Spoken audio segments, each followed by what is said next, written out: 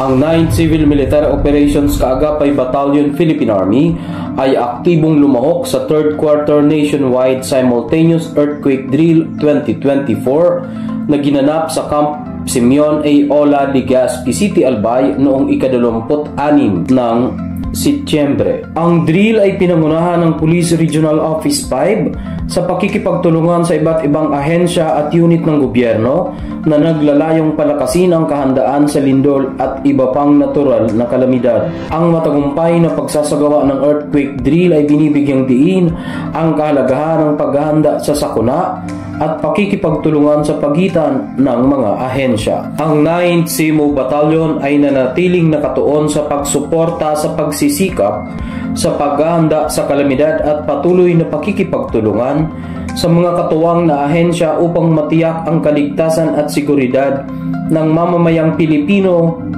sa harap ng anumang natural na sakuna. Ito si Kaagapay RJ para sa Kaagapay News Online.